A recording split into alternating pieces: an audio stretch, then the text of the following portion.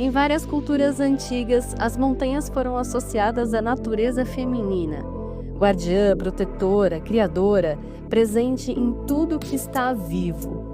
A montanha é feminina e a minha convidada desse episódio me diz que nossos ancestrais não estavam errados. Eu acho que não tem nada que eu não consiga fazer. Posso demorar. Mas se eu me propuser a fazer, eu vou fazer. Nunca duvidei de que eu fosse capaz de fazer o que eu estava ali para fazer. Vem aí no Conquistadores de Montanhas a potência chamada Rosita Belink.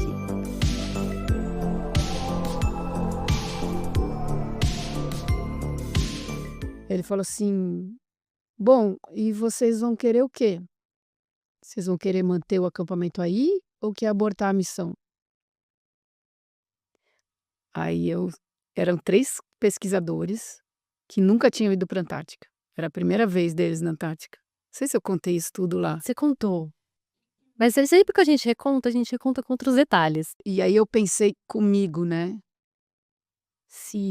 Nunca aconteceu de um acampamento ser abortado no primeiro dia. Nem estava montado o acampamento. Eu falei assim, não posso carregar essa. Nunca mais nenhuma mulher vai vir como alpinista se eu fizer isso. Você pensou isso na hora? Pensei isso. A gente tá gravando já? Tá. Ah, então tá bom. Em que momento você virou de Rosa pra Rosita? Antes de nascer. Ah, A dona Rosa era a mãe do meu pai. E a dona Rosa era uma sogra para minha mãe. Ela era uma sogra estereótipo de sogra. Então eu não conheci, né? Ela morreu um pouco antes de eu nascer.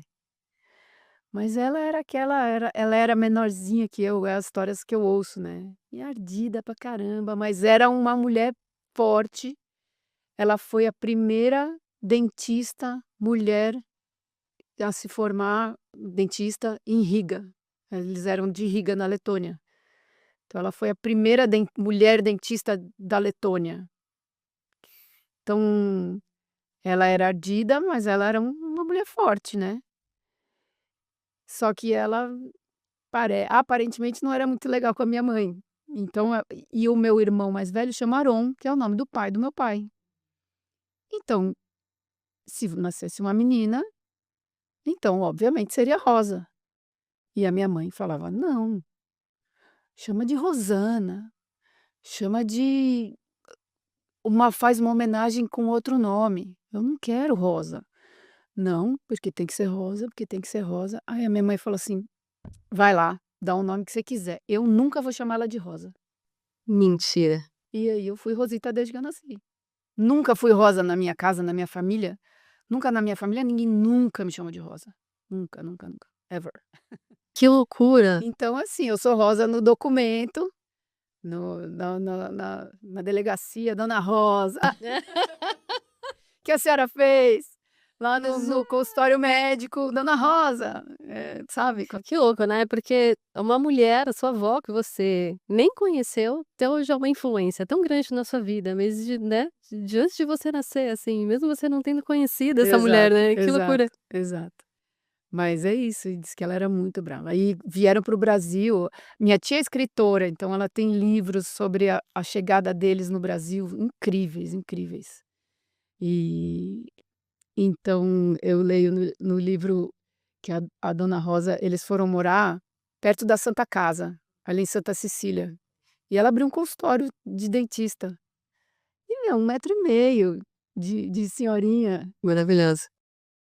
E aí, naquele tempo, o dente estava ruim, arrancava o dente. E anestesia não existia. Então, como que era o esquema para arrancar dente? Vinha um urso russo, né? Que da galera toda que morava ali, tinha a comunidade dos russos letonianos que morava ali, catava o paciente, fazia uma camisa de força no paciente, a Dona Rosa ia lá e arrancava Descobrimos o porque dente. todo mundo tem medo de dentista, então, né? Porque não tinha anestesia.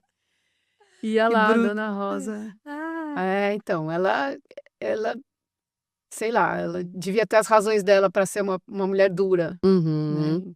Sim. Mas é isso, Mas foi também é uma geração aí de mulheres não duras, de mulheres firmes, né, de é, fibra, né. exato, Uhum. fibra, exato. Você conta que antes da escalada, você teve algumas experiências de buscar alguns esportes na sua vida, né, eu ouvi você contar isso em outra conversa, outra entrevista que você deu.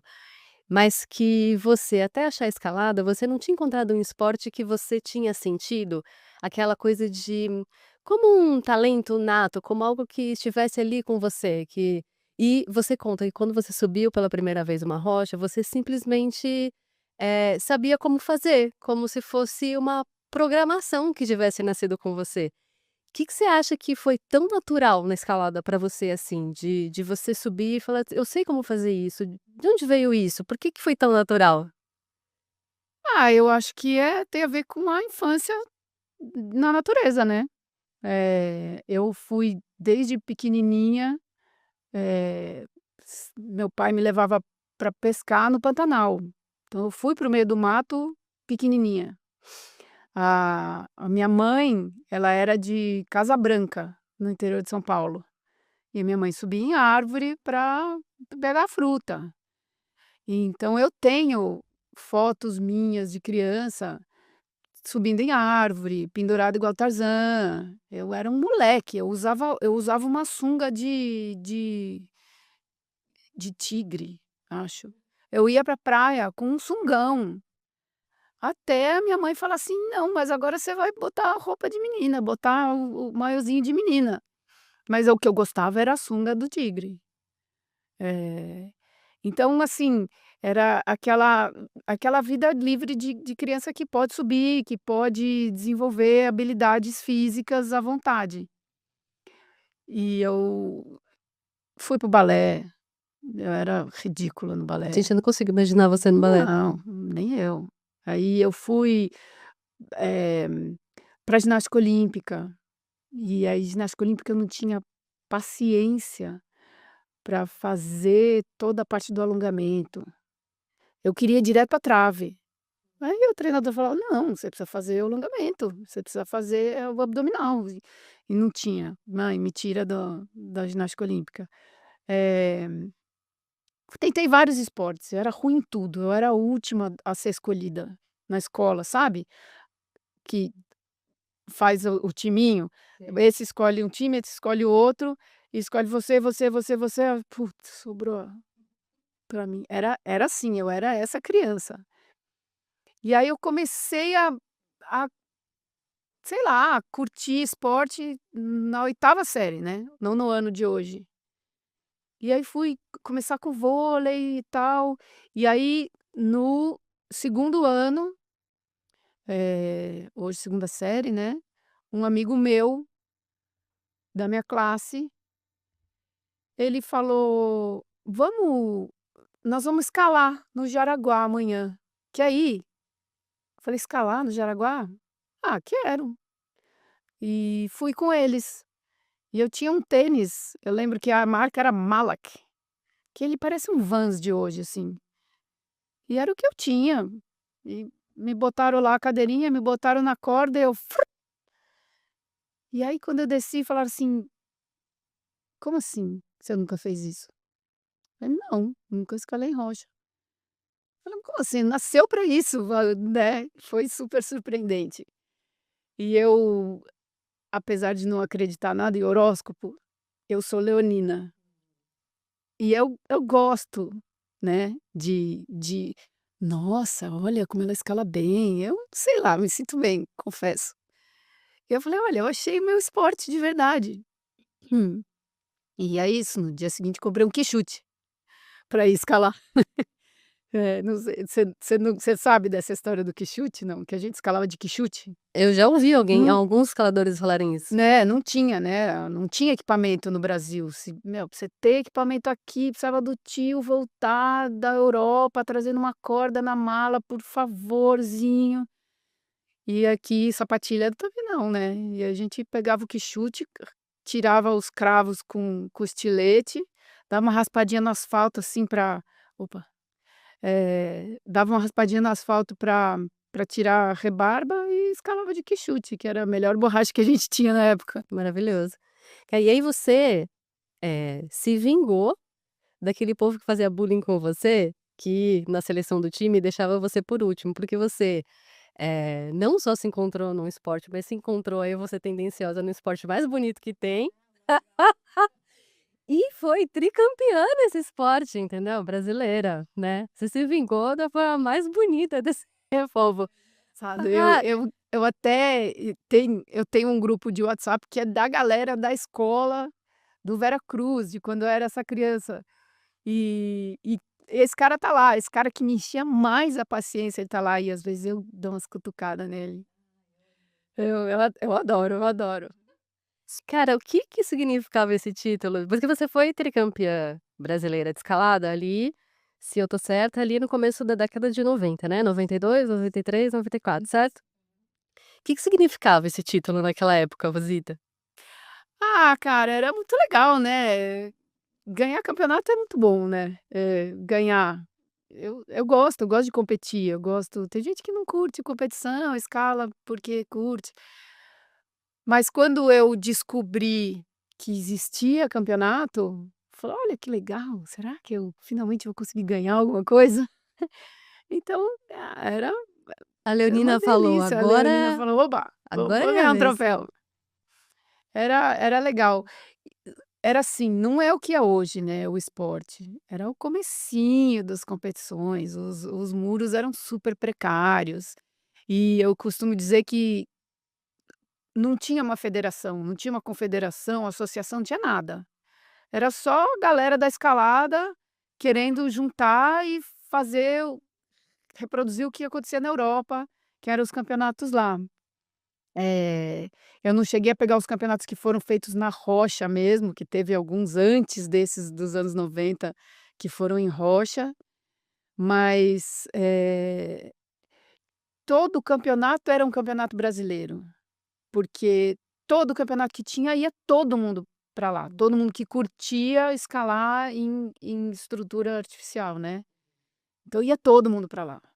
Então tinha eu e mais 2 de São Paulo, tinha umas 3 do Rio, tinha as meninas do Rio Grande do Sul, tinha as do Paraná, mas era sempre super pouca gente.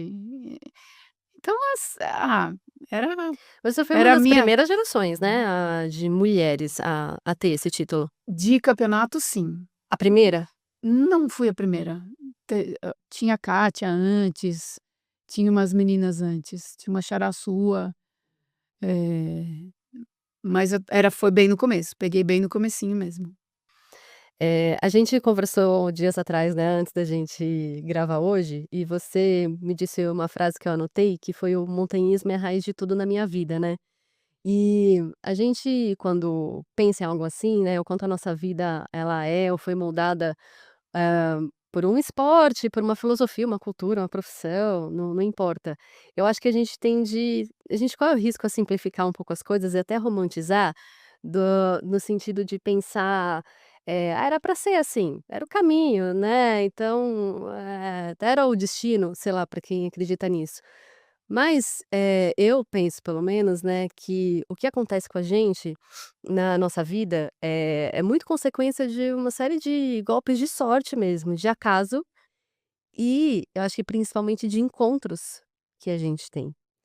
E eu tô falando isso porque entre os tantos encontros que você teve na sua vida, você foi parar naquela famosa parede de escalada da Unicamp, né, da Unicamp do Rodrigo Ranieri e do Tom Pape, que é o seu marido. Então, queria que você falasse um pouco de quanto essas conexões, definiram o que você se tornou, sabe, o que foi a sua vida.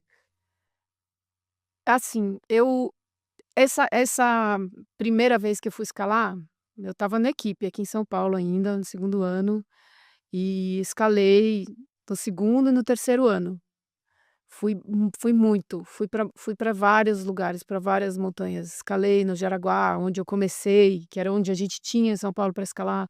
Fui para o Rio de Janeiro, Corcovado, Pão de Açúcar, Urca, todas aquelas paredes que tem ali, que tinha, né, agora tem muito mais vias lá no Rio. Itatiaia, fui em monte para Itatiaia, e até então não conhecia campeonato, era só escalada em rocha. Aí eu fui para a Unicamp, eu terminei o terceiro ano, passei em biologia e fui para Campinas. E aí eu não escalei, primeiro, segundo, terceiro ano, eu fiquei esses 3 anos sem escalar. Aí teve um dia eu estava no quarto ano da Unicamp, que eu teve um encontro no Equipe, no colégio Equipe, da minha turma. E eu encontrei essa galera, esses meus amigos com quem eu escalava. E aí a gente estava brincando sério, no muro chapiscado da escola, porque era tudo a gente era eh, tão fissurado, que qualquer murinho, qualquer pedrinha, a gente ficava tentando escalar.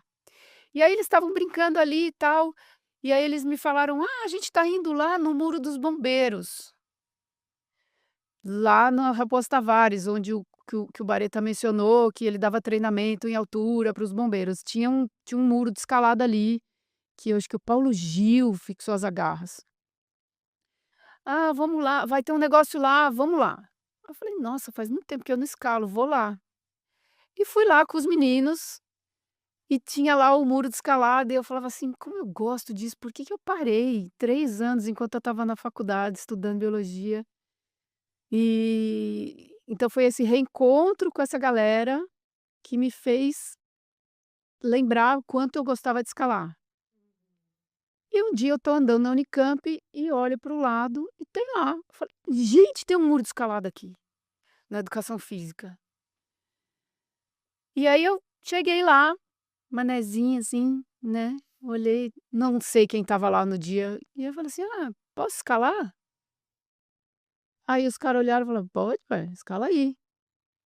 Aí descolei uma cadeirinha emprestada e escalei.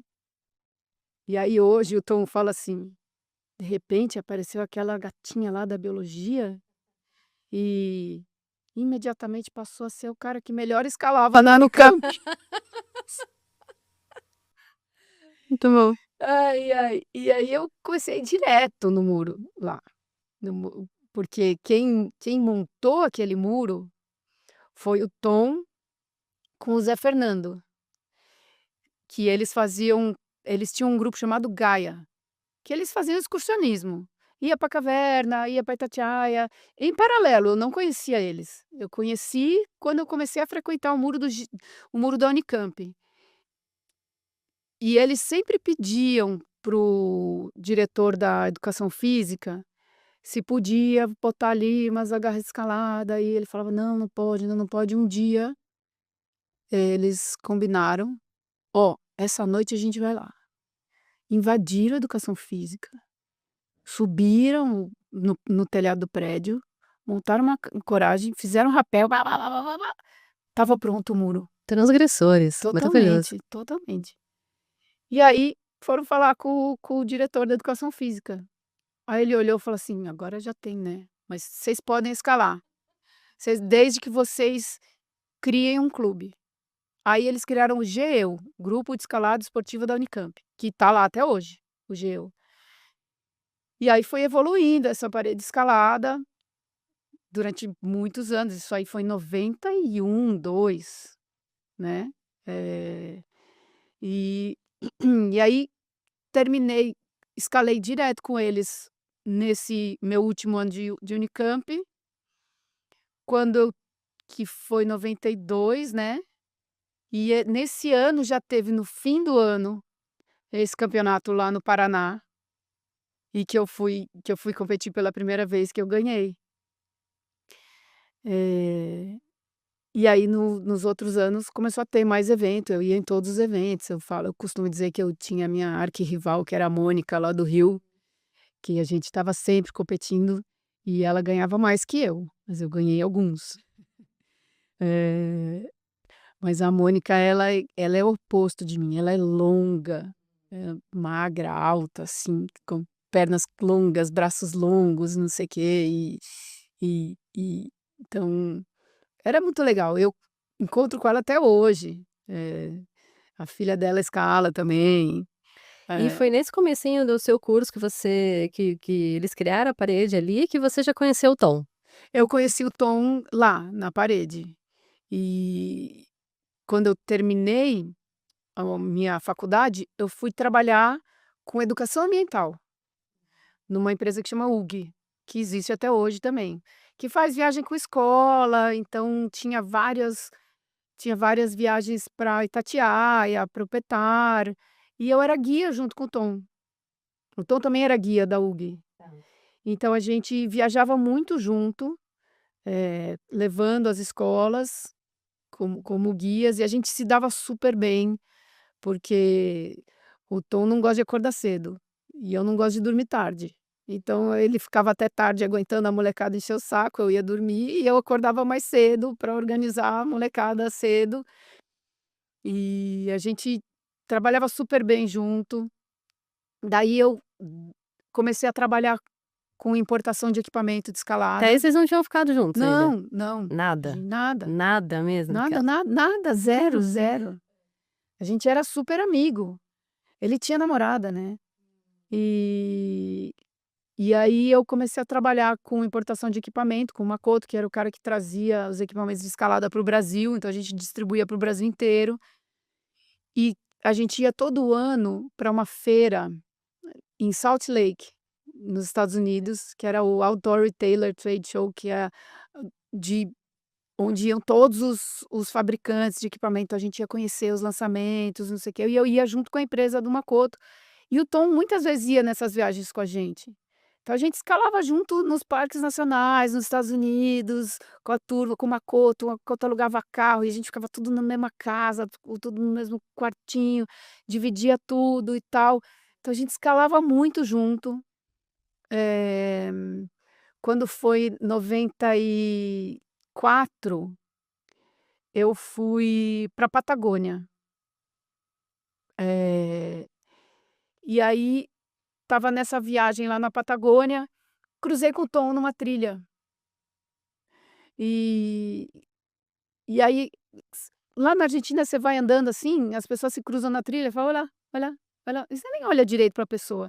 E eu estava atravessando um riozinho, pisando nas pedrinhas, assim, que não queria molhar a bota e tal, e aí cruzei com o cara, olha, e aí o cara falou um "olá" meio estranho, aí eu olhei assim, era o Tom, com um dente quebrado aqui assim, tudo sujo, esfarrapado. Olha, "O que você tá fazendo aqui?" Ele: "O que você tá fazendo aqui?" Eu falei: "Ah, eu tô aqui, eh eh" vim encontrar com meu namorado que tá voltando da Antártica, e o cara não vinha da Antártica, porque deu mau tempo, não tinha comunicação, e eu estava lá sozinha na Patagônia, andando pra cima e pra baixo. E aí o Tom falou assim: "Ah, você tá aí sozinha?" Eu falei: "É, eu tô acampada lá em Chaltén". Ele falou: "Não, fica aqui com a gente, divide a cabana com a gente", estava o Tom e o Armando Galassini, eles estavam lá pra escalar mesmo. E aí mais um dos encontros, né, que você fala da vida. Uhum. Cruzei com o Tom no meio da Que loucura. Patagônia. Aí eu fui lá embaixo, desmontei minha barraca, empacotei tudo, subi para um acampamento onde só fica escalador, que chama Rio Blanco, que é no pé do que é o acampamento base para quem vai escalar o Fitzroy, e as montanhas ao lado do Fitzroy, né. Aí eu montei minha barraquinha ali e fiquei dividindo a cabana com o Armando, com o Tom e com 2 austríacos barbudos, assim. E ficamos uns dias lá e o cara não chegava, não chegava, não chegava. Um dia o cara chegou, meio doido, transtornado, de Antártica faz isso com as pessoas, né, fiz você despiroca mesmo. E aí eu muito estranho, eu falei: "Ah, não, eu pode voltar pra casa, eu vou ficar aqui, eu vou ficar mais uns dias aqui", eu podia ficar até o carnaval, e acabei ficando lá, o cara foi embora, eu acabei ficando lá, dividindo a cabana com o Tom e com o Armando. Escalamos eles me levaram para escalar uma via numa montanha da cordilheira do Fiz, que chama Gurra de la S, e eu fui lá com a minha botinha Snake, que é um fabricante nacional de botinha de caminhada, mas era um 5º grau, assim, então meio que de boa, É um sabe. 5º grau, mas um Fitzroy, né? É, na Patagônia, não, Fitz estava meio longe, assim, Hã. mas escalei É, com no eles, a gente escalou em complexo. 3, então eu fui no meio, que assim, menos risco de cair, enfim. Mas foi incrível, puta viagem boa e tal, aí voltei para casa, eh, já com uma temporada de Patagônia articulada para ir lá para trabalhar a temporada inteira, porque o dono eu estava hospedada num albergue, e meu, tinha acabado meu dinheiro, total, assim. E aí eu virei para o dono do albergue e falei assim: "Ó, eu não posso voltar para casa hoje, porque é véspera de carnaval. Meu pai nem deve estar em casa para ir me buscar no aeroporto. Posso ficar aqui uns dias? Se eu te ajudo, eu sei lá, eu lavo louça, o que você quiser". Falou: "Não, beleza, fica aí, você me ajuda a receber os turistas". E aí eu fui com ele, em Calafate, né, e eu não tinha rodoviária em Calafate. Calafate tinha 4.000 habitantes. Então eu tinha que ir com a van no onde o ônibus parava, e eu ficava lá segurando o cartazinho do albergue da juventude, aquela marquinha Youth Hostel, sabe. E aí falava: "Ó, vem no Youth Hostel, vem no albergue, porque a gente tem tour especial para o Perito Moreno, a gente faz um caminho diferente", tinha que vender a viagem. E o primeiro dia que eu fui com o cara, com o dono do albergue, receber os turistas, ele teve que fazer 2 viagens de van para levar os turistas todos para o albergue. Então ele olhava para mim e via cifrãozinho no olho dele, assim. Aí ele falou assim: "Oi, você não quer vir trabalhar uma temporada inteira com a gente?" Eu falei: "Uai, quero". Eu era guia freelance, não Perdi o namorado, tô aqui de boa. acabei de dar um pé na bunda do namorado, eu quero. E aí voltei para casa já articulada para ir no na temporada, para voltar em outubro, isso era carnaval, eu voltaria em outubro, cheguei em casa e falei: "Pai, vou passar 8 meses na Patagônia". Aí meu pai falou: "É?" Falei: "É, me convidaram para trabalhar e tal, na cidade, no albergue". Meu pai falou: "Ah, beleza, vai". Aí eu fui. E aí tudo isso, assim, foi tudo é o que você fala, são encontros, né. Essa temporada que eu passei morando na Patagônia, de 7 meses, eu eu falava tudo menos português. Então eu aprendi a falar espanhol ali, na Argentina, tanto que até hoje, qualquer um que eu falo espanhol, eles falam assim: "Mas que espanhol argentino é esse que você fala?" Eu falo: "Ah, é o único que eu aprendi, aprendi na rua, né". E desenvolvi muito inglês, falei muito inglês, porque é muito turista estrangeiro lá.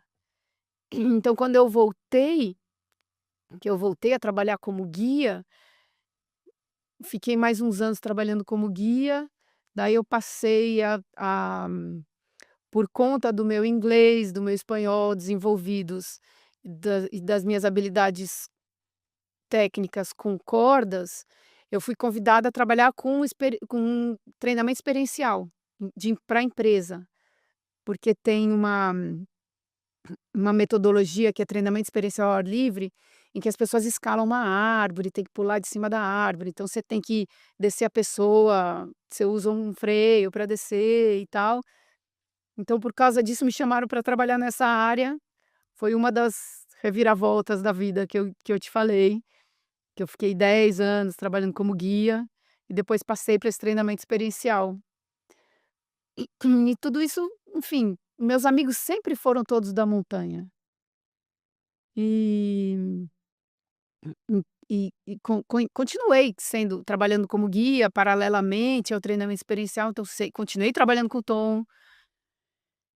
E é isso, e aí quando foi, sei lá, 2003, aí a gente e ele ficou solteiro, eu estava solteira, e aí começou a rolar Demorou mesmo. então ainda. Demorou, a gente foi Olha, muito amigo durante muito que legal. tempo, antes de começar a namorar. Aham. E você, diz, né, que toda a sua potência que você tem hoje, se deve ao fato de você ter entrado para o mundo da montanha. Toda sua potência, acho que tudo que se tornou a sua vida, né. É muito legal porque vocês têm uma família que tem isso como filosofia também, né, do mundo outdoor, da montanha. Daqui a pouco você fala do Gabriel e da Tati que vai ser legal. Mas eu tô trazendo isso para resgatar uma coisa que, assim, é uma experiência também muito legal que você teve de ser alpinista na Antártica. Eu até brinquei, acho que com o João outro dia, que eu falei que eu vou mudar o nome de Conquistadores de Montanha para Conquistadores da Antártica, porque vai ser a terceira já que vem, que já E passou por foi, essa né? experiência na Antártica. Mas você é a primeira mulher. E aí eu fico pensando, a gente tá falando, você contou pra mim que foi de 27 para 28 que você foi pra sua primeira expedição. Você tinha de 27 para 28 anos que você foi pela primeira vez lá Aham, como alpinista, né? aham. E assim, não precisa pensar muito para imaginar que talvez tivesse uma pesquisadora ou outra, talvez tivesse uma militar ou outra, mas definitivamente deviam ser poucas mulheres. Bom, a minha pergunta, na real, assim, se você já chegou a se sentir, eh, pressionada a provar o seu valor, que você era capaz de estar ali diante de uma presença masculina predominante, uma presença de militares, né, então é aquela coisa masculina mesmo. Você chegou a se sentir pressionada ou se sentir, mais frágil, assim, dentro desse ambiente em algum momento? Pressionada acho que meio que o tempo todo, né. Mas frágil não. Eh, nunca nunca duvidei de que eu fosse capaz de fazer o que eu estava ali para fazer. Mas, eu acho que eu sempre tinha que provar, e provava, de que eu estava ali por alguma razão, não é que eu estava ali à toa, não é que, me acharam legal e então vai lá, porque isso é legal. Porque, na verdade, para a gente ir para a Antártica, a gente passa por um treinamento pré-antártico, que é aqui. Aqui, metade dele eles chamam de Ilha da Marambaia, mas é a ponta da restinga da Marambaia que faz uma como se fosse uma ilha mesmo.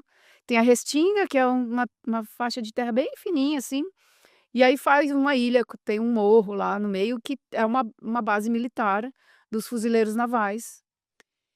Então ali tem uma semana teórica de treinamento onde todos os pesquisadores candidatos a irem para a Antártica e todos os militares candidatos a irem para a Antártica fazer parte do grupo base ou pilotos que vão para lá, tem que fazer esse treinamento para tem toda uma parte teórica de o que é o Programa Antártico Brasileiro, quem é a CECIRM, que é a Secretaria da Comissão Interministerial para os Recursos do Mar. Tem um monte de teoria, teoria, teoria, e tem uma prática também de você aprender a usar um bote, que são os botes que se usam na Antártica para sair do navio e ir para a estação e voltar. Você aprende a virar e desvirar bote, você, eh entra num helicóptero e sai no helicóptero, você aprende como entra e sai do helicóptero, então tem muita coisa prática também, você anda na praia, a gente botava quando chegava a nossa vez, porque a gente era aluno, os alpinistas do CAP, do Clube Alpino Paulista, mas num determinado momento a gente assumia o treinamento, porque desde ali os tanto pesquisadores quanto militares têm que fazer um rapel, aprender a mexer com corda, entender como é que se alguém vai andar numa geleira, como é que é andar encordado numa geleira. Então é muito engraçado a galera andando encordada na praia, como se estivesse numa montanha. Então tem toda essa parte prática. E aí a segunda fase do treinamento pré-antártico é lá em Itatiaia, no Rebouças. Só que não dormindo dentro do Rebouças, dormindo em barraca mesmo, em barracas de campanha militar. Então ali a gente faz caminhada, de novo, anda encordado, como se estivesse numa geleira, e ali as pessoas encaram frio de verdade. E é Eh, frio, hein? Faz frio em Itatiaia. e a gente passa mais frio em Itatiaia do que na Antártica, para te falar a verdade, porque a galera vai para Itatiaia com luvinha de lã, aquela luvinha verde do militar, sabe. E moletom, e calça de moletom, que molha, você ferrou, né. Na Antártica, o programa Antártico dá roupas apropriadas. Então, teve todo esse treinamento antes. Então, os militares que estavam ali, eles já tinham me visto atuar no treinamento, como instrutora, principalmente na parte de Itatiaia. Então, assim, já tinham visto aquela pessoa, sabiam que ela estava entre os instrutores. Mas sempre tem mas será que ela vai dar conta?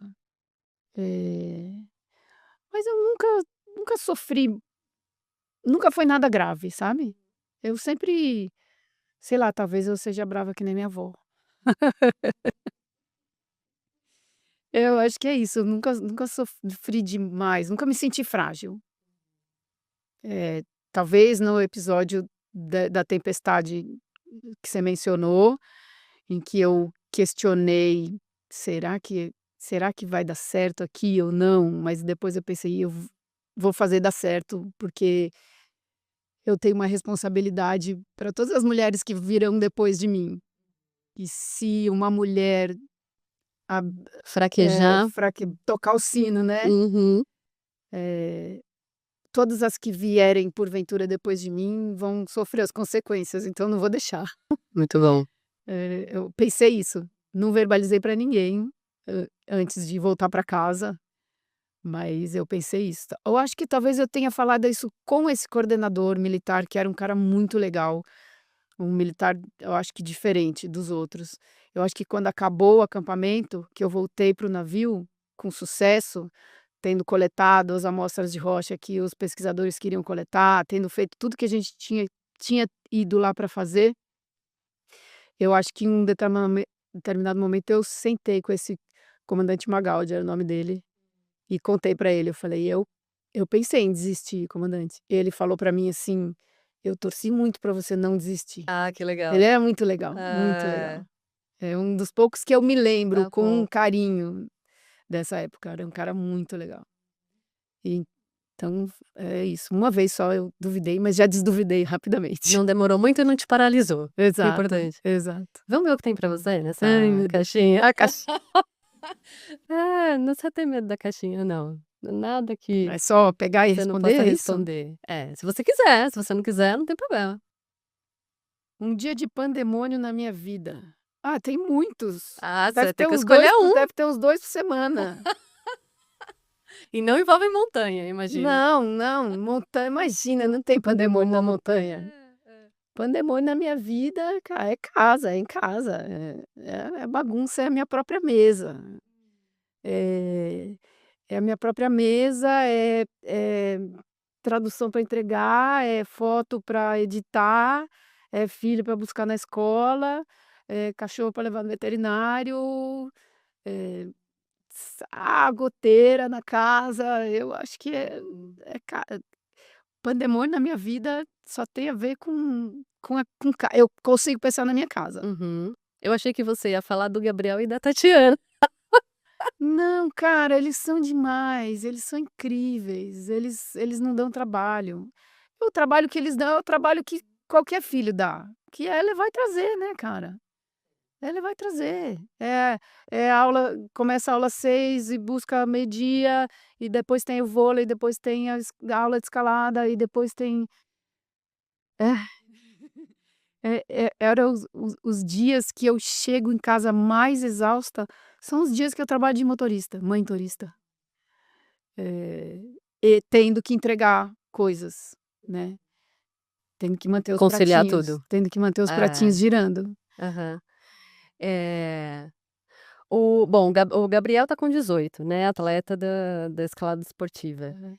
E a Tati não é atleta, né, tá em A Tati é outra meio pegada. atleta, a Tati É? ela tá entrando no começou vôlei esse ano e ela é cheerleader, ela é a chief cheerleader, que é a escola internacional dela tem a equipe dos cheerleaders, E ela é a Tiff e ainda. ela é a chief Da cheerleader. É, só Ela tinha que ser sua filha, né, Rosita? Exato, exato. E ela também gosta de um holofote. É. E então tem o vôlei, tem a dança, tem o cheer, ela não é uma atleta dedicada à competição ainda, mas talvez evolua para isso, Por enquanto ela tá fazendo porque ela gosta, porque ela gosta de dançar. Ela gosta de dançar, dançar, dançar, dançar. Não queira levar ela para o ginásio de escalada que ela não vai querer. Quando tem viagem de família, ela já deve pensar: "Ah, lá vou eu de novo com esses malucos pra rocha, né". Então, mas a rocha é o que ela aceita. Ela até curte, mas ela vai para a rocha, dentro da mochilinha dela tem um livro, ela leva a própria cadeirinha, aquelas cadeirinhas que ou aquela que é um isolante só, que faz assim, que você senta no chão mesmo e tem o encosto da ou a cadeirinha da Decathlon que você arma, então mas tem o livro, tem muito lanche, tem um caderninho e lápis de cor ou caneta. Então ela dá uma escaladinha e tá satisfeita e E vai fica lá de para o boa na cantinho dela. rede, agora ela aprendeu a montar rede nas árvores, então ela fica na rede, ela fica lendo livro, ela quer o celular com fone de ouvido, mas aí a gente: "Não, só um pouquinho, o celular com fone de ouvido só um pouquinho". Que você imaginava antes da maternidade, do que seria a maternidade? Você chegou, a ter medo, sei lá, de perder sua autonomia, sua independência? E a maternidade foi o que você imaginava antes dela Não acontecer? imaginei, Não imaginou não nada? pensei nada, não pensei nada, só 35 anos eu virei para o Tom e falei assim: "Então, 35 anos, daqui a pouco eu vou ficar velha". Vocês tinham quanto de casado já? De casado? De juntos, vocês estavam É, juntos há a gente estava juntos há, eh, 4, 5 anos de namorado, mas da vida, né, a gente já era amigo a claro, vida inteira, sim, então sim. e aí eu falei assim: "Nós vamos ter filho?" Aí ele falou: "Ai, vamos".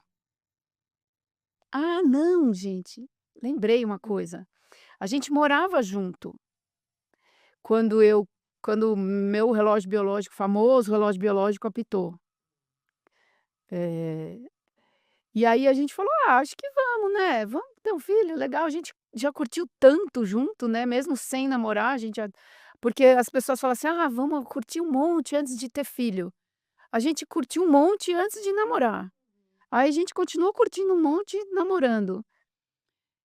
E aí quando a gente foi falar com o pai do Tom era super religioso. Ele falou assim: "Mas vocês não casaram?"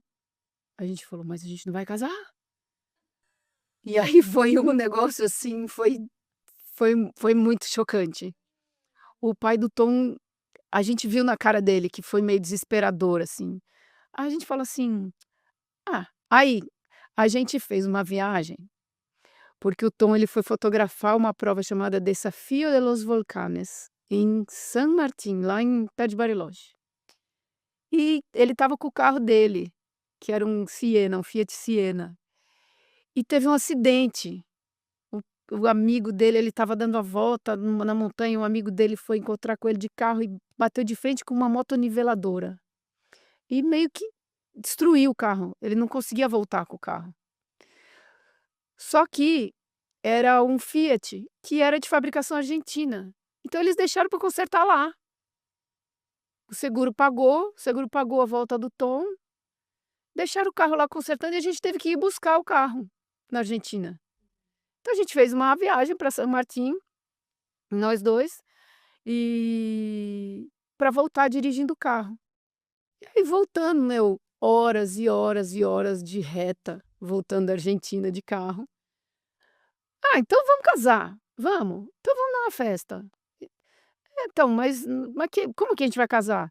"Não, padre não, porque meu pai é judeu, o pai do Tom é cristão. E o que a gente vai fazer?". "Não, beleza, então o seu pai e o meu pai vão fazer o casamento". "Beleza? Beleza". Aí a gente chegou, a gente já veio fazendo a lista de convidados para a festa, onde que vai ser a festa, vamos fazer em Brotas, porque foi onde, diz o Tom, eu fui resgatar ele do fundo do poço, eu fui buscar ele lá em Brotas, no fundo do poço. Bonitinho. Que lindo.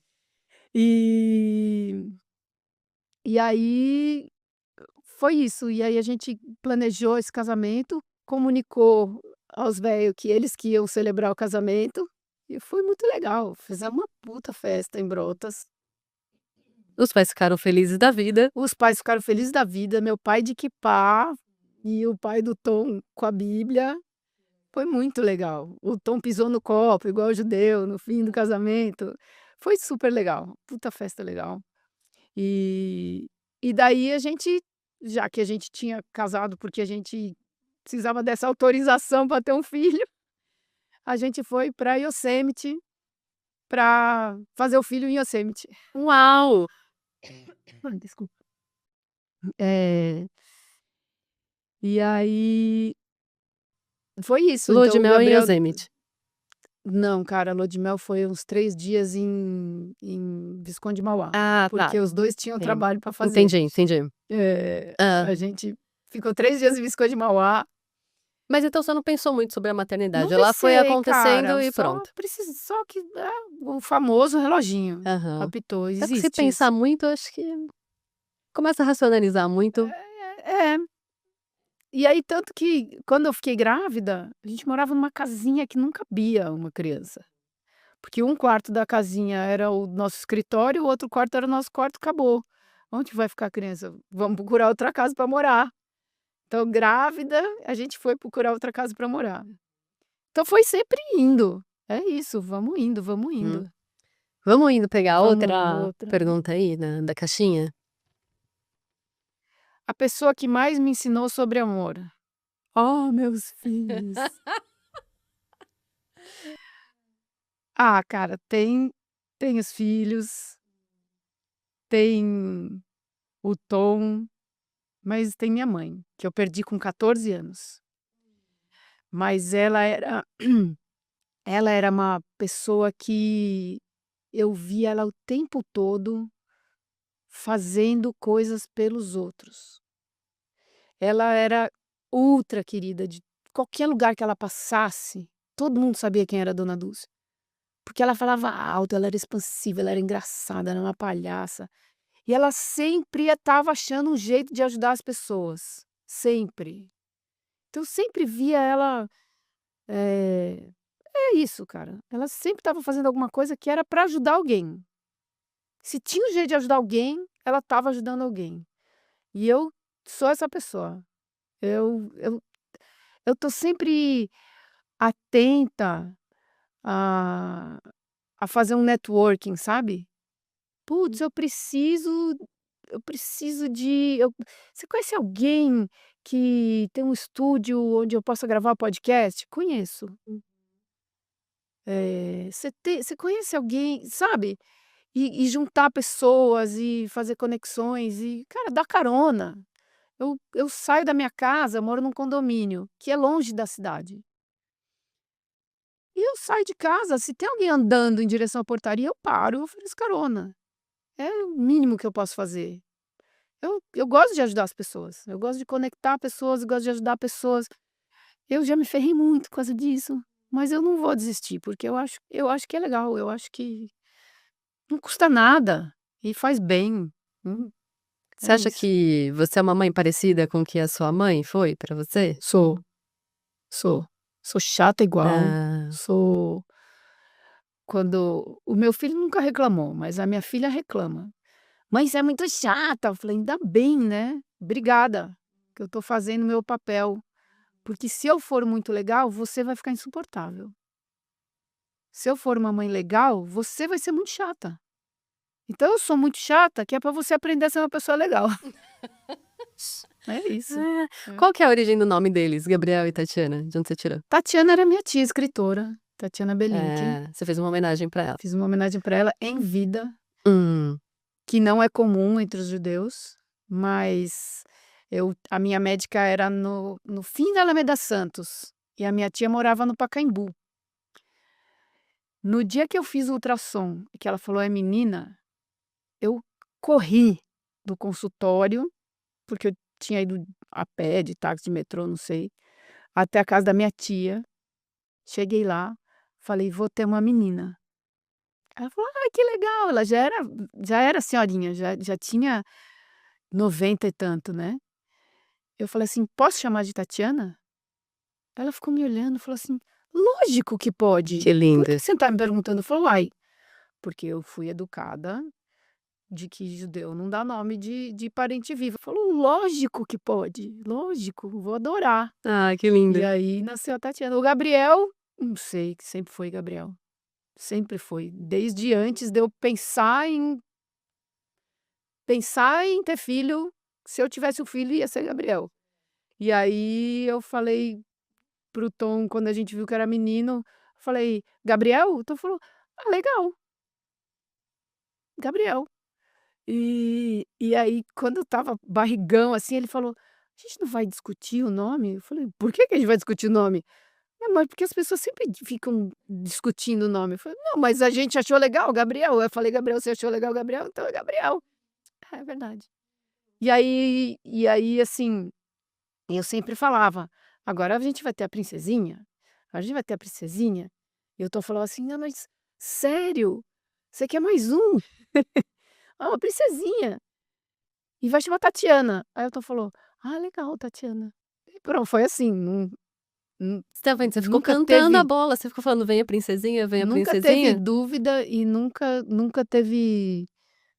teve uma: "Ah, será que vai ser outro?" Não, sempre foi Gabriel e Tatiana. Muito bom. Vamos lá, mais uma. Mais uma. A vida começa aos 50? Lógico. É uma pergunta, é uma Sim, pergunta, não é uma sim, afirmação. Sim, mas, a pra resposta é mim eu sim. eu li É? uma eu li uma exclamação Conta mais aqui. sobre isso. Ah, cara, eu eu me considero uma pessoa que não amadureci cedo. Sempre fui indo. "Nossa, tá legal, vamos. Ah, vou pra Patagônia, vamos. Ah, vou ficar na Patagônia, vou ficar. Ah, vamos". Eu sempre fui. Nunca: "Você já pensou, você idealizou a maternidade?" Não, eu só fui mãe. Então, eu nunca fui de ficar pensando, caraminholando as coisas. E até por isso, às vezes eu perdi alguma coisa, perdi algum bonde, assim, né, mas sempre vivi, né, Zeca Pagodinho, vida leva eu. Eh, e agora eu, sei lá, depois dos 50, eh, às vezes eu penso: "Nossa, aconteceu isso por causa daquilo". E terapia também, né, voltei pra terapia, eh, quando eu vi que lidar com adolescentes ia ser uma coisa meio complicada, eu falei: "Deixa eu voltar para terapia, porque vai ser bom para mim, para eu poder lidar com os adolescentes". E agora com 50 é tudo tão mais simples, é tudo tão menos complicado. Aquela história de que o filtro vai embora, vergonha vai embora. Eu preciso falar com alguém, eu vou falar. Eh Hoje de manhã, fui deixar meu filho na faculdade, e só que eu saí cedo de casa, dirigi 1h30, aquele trânsito para entrar em São Paulo, precisava ir no banheiro. Aí é complicado para o meu filho, né. Ele falou assim, eu falei: "Posso entrar lá com você e para usar o banheiro?" "Mas mãe, tem catraca, como que você vai entrar?" Falou: "Vou pedir. Uhum, Ué, posso entrar para usar o banheiro?" Só isso. Que é muito difícil na cabeça de um adolescente tímido. claro. Mas extrapolando isso para as outras coisas, eh, cara, o famoso "não, você já tem", né. E para tudo, o "não, eu já tenho". Então eu preciso de uma coisa, eu quero entrar num lugar, que eu estou trabalhando com foto, eh, eu quero ir ali para fazer aquela foto. Eu, tipo, ou eu olho e vejo se é possível entrar ali, ou eu vou perguntar para alguém se eu posso. Muito simples. Coisas que eram muito complicadas antes, ficam muito simples. Eh, eu não gosto disso, eu vou falar: "Não gosto disso". Tô aprendendo depois de 50 a falar não. Falar não é tão bom. Não quero, não vou, não tô afim. Eh, mas eu nunca eu continuo não gostando de desagradar pessoas. Então eu faço questão de não desagradar, eh, de tentar não desagradar. Sinto muito se eu desagradei, mas eu tento não desagradar, então, por favor, obrigada, com licença, será que tudo bem? Eh, entendeu? Mas é aquela história do não, sinto muito, mas não.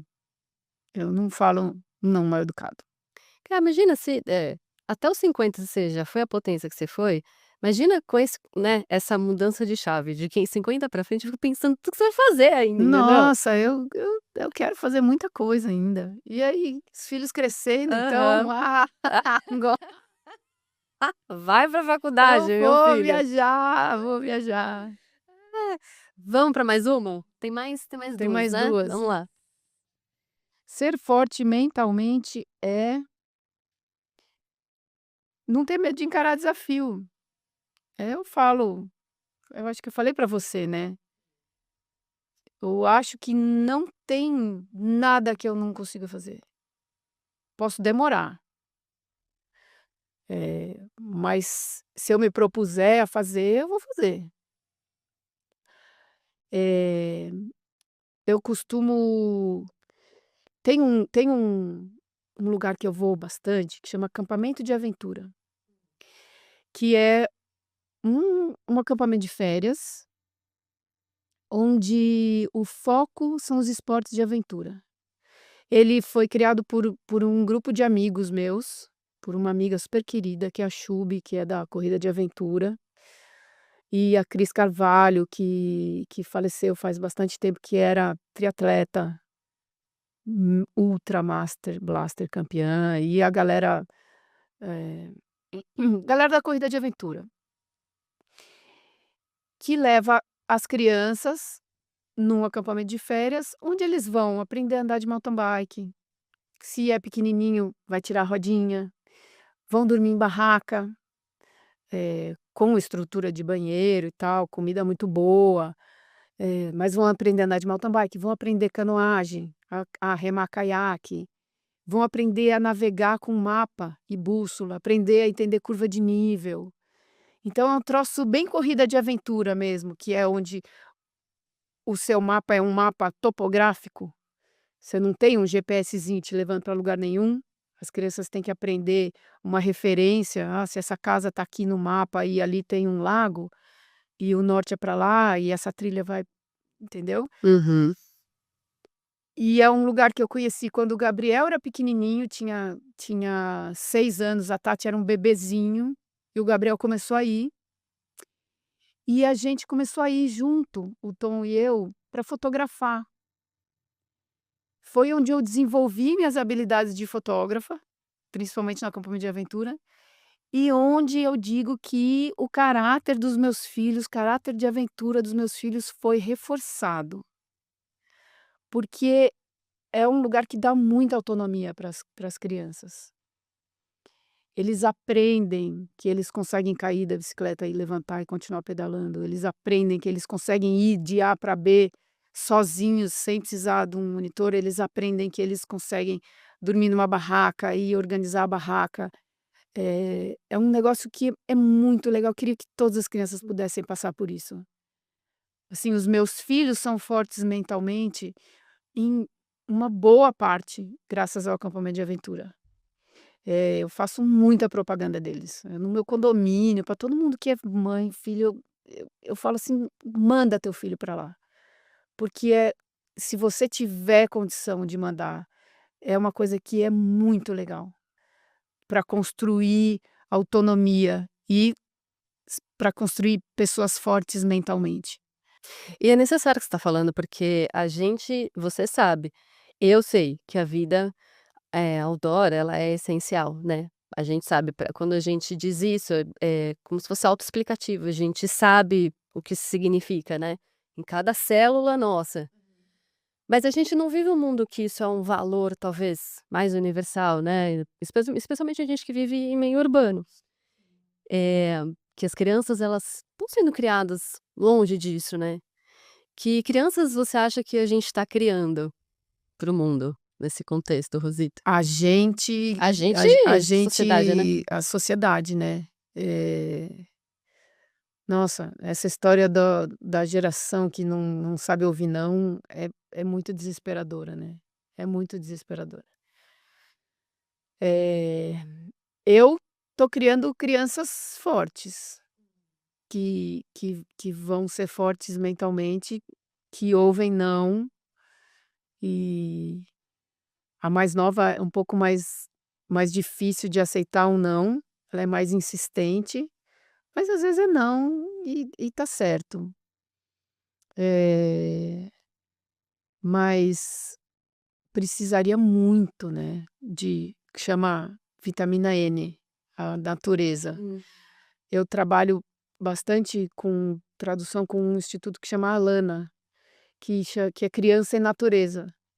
As crianças precisam comer terra, elas precisam encostar numa ver pegar nas árvores e brincar com se sujar e parece clichê, né, mas a gente vê no acampamento as crianças que não que você vê muito claramente quem é a criança que nunca pisou descalça na grama, para a criança que já vai para a natureza. E essas crianças totalmente urbanas e que vão para o acampamento, elas sofrem um pouco mais. Algumas sofrem muito, algumas ficam muito infelizes durante, sei lá, 2, 3 dias até elas conseguirem entender que aquele negócio é bom para elas. Eh, e a gente é muito legal que a gente vê a transformação das crianças acontecendo. E a gente tem o feedback dos pais de como essas crianças voltaram. Então, é meio desesperador ver que muito poucas crianças têm esse privilégio de ter contato com a natureza, mesmo que seja na pracinha. É difícil, eu não sei que vai acontecer com essas pessoas. É, difícil. Vamos para a sua última perguntinha aí Última da caixa. perguntinha. O que é mais difícil? Mandar uma via de 10º grau ou abrir uma academia de escalada no meio da pandemia? E ficou por último essa. Ficou. Pô, cara, pra mim, no estado que eu tô, acho que é 10º grau. Eu teria que treinar muito para ir para mandar um 10º grau.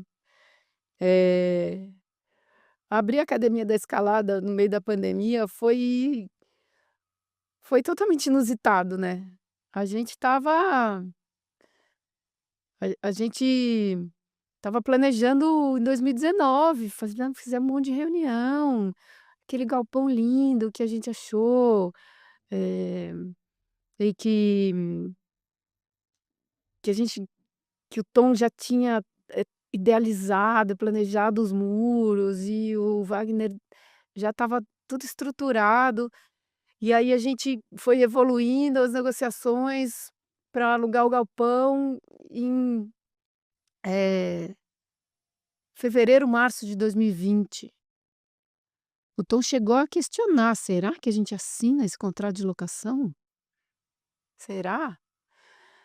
Eh, e aí a gente falou assim: "Vai dar certo".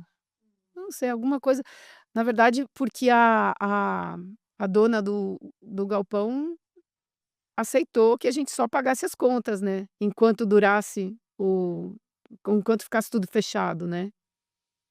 E a gente ficou planejando durante o ano de 2020, a gente foi só idealizando, idealizando, idealizando. Quando quando a gente viu que o troço começou a luzinha lá no fim do túnel,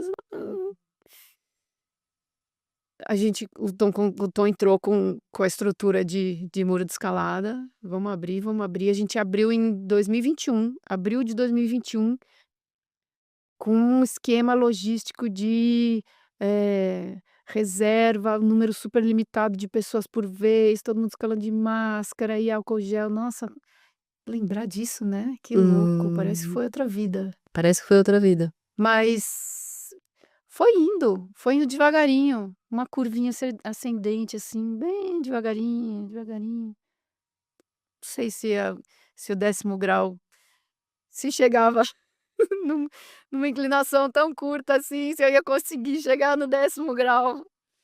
Eu acho que 10º grau é mais difícil. E deu certo, o ginásio do Tom e da Rosita e finalmente saiu, né? Todo mundo Saiu, esperava. o famoso ginásio do Tom, que era esperado desde os anos 2000, saiu em 2021. É, muito bom. Olha, o que eu vou te dizer, cara? Você é uma potência. Que Ah, coisa maravilhosa. Tô muito feliz de ter falado com eu você. Obrigada achei muito pela legal. confiança, por ter topado. Você não me conhecia. Isso é muito legal, né? Ah, E obrigada mas a mesmo. gente se reconhece, né. É Eu não te verdade. conhecia, mas acho que com uma conversa a gente se reconhece, É a gente sabe verdade, no olhar. É muito legal. que é legal. Ai, obrigada. Vamos escalar junta. Porra, que honra. Vou a hora que você quiser. Me chama que eu vou. Vamos. Imagina. Escalar com a Rosita Bellinki, maravilhosa. Muito obrigada. Valeu, Valeu. obrigada.